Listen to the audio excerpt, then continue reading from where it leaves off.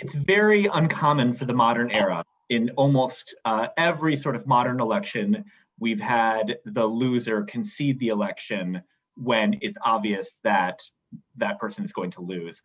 But I don't think it really presents any sort of constitutional issue or legal issue. There is no legal significance to the concession or the lack of concession.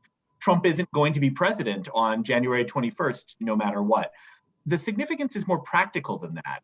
The significance is that the concession is what tells your supporters that you accept the result of the election as legitimate, and that everyone should accept the election and sort of move on. We should all try to work together going forward.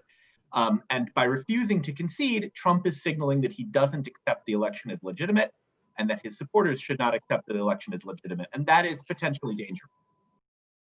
I mean, Biden has joked about the Secret Service knowing how to remove trespassers from the White House. If Trump actually refused to leave, that might be how it occurs. Biden will become president on January 21st. And at that point, he will be sworn in as president, presumably by the Chief Justice of the Supreme Court, and he will assume the office of the presidency. And at that moment, Donald Trump is indeed a trespasser in the White House. And if he has not left of his own volition, someone will come and forcibly remove him from the White House. I would be very surprised if it came to that, because that would be incredibly humiliating for Trump. And it's hard to imagine that he would subject himself to that type of humiliation, but that is really what would happen.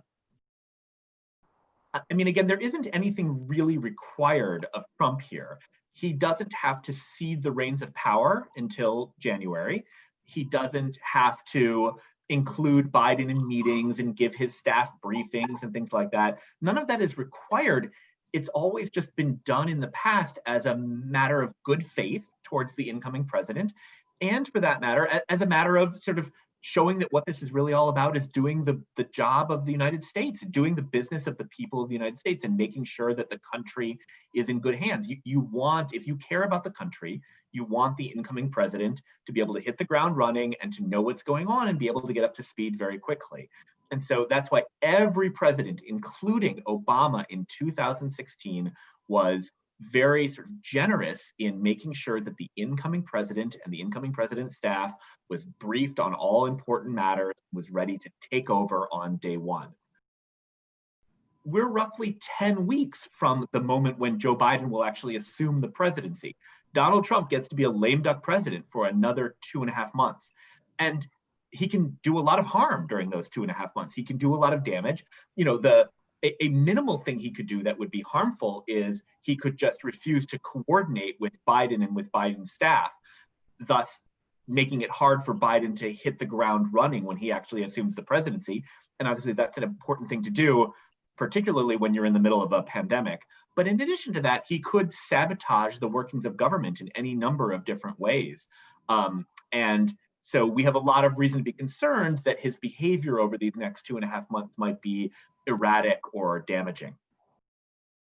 I think it's much more likely that some people will think that the election is still up for grabs, or maybe even that we should throw the result out and hold a new election, but most of the country will accept Biden as the president-elect and move on. These legal challenges that Trump is bringing are basically meritless. And even if they had merit, which the vast majority of them do not, they wouldn't result in the overturning of the election. They might result in a few dozen ballots here or there being thrown out. I think we're conditioned to think that these sorts of challenges are very important because of what happened in the year 2000. And that was because, you know, Florida turned on 500 plus votes. And if this were a matter of 500 votes here or there, then maybe one of these legal challenges could be relevant. But Biden is winning by tens of thousands of votes in all of the relevant states. And so the legal challenges aren't going to have